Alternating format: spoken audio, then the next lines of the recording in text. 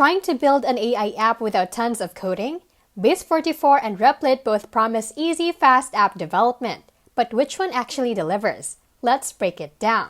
Base44 is a no-code platform that lets you build AI agents, tools, and full web apps by typing plain instructions. You can create tools powered by GPT-4, Claude, and other LLMs and publish them in one click.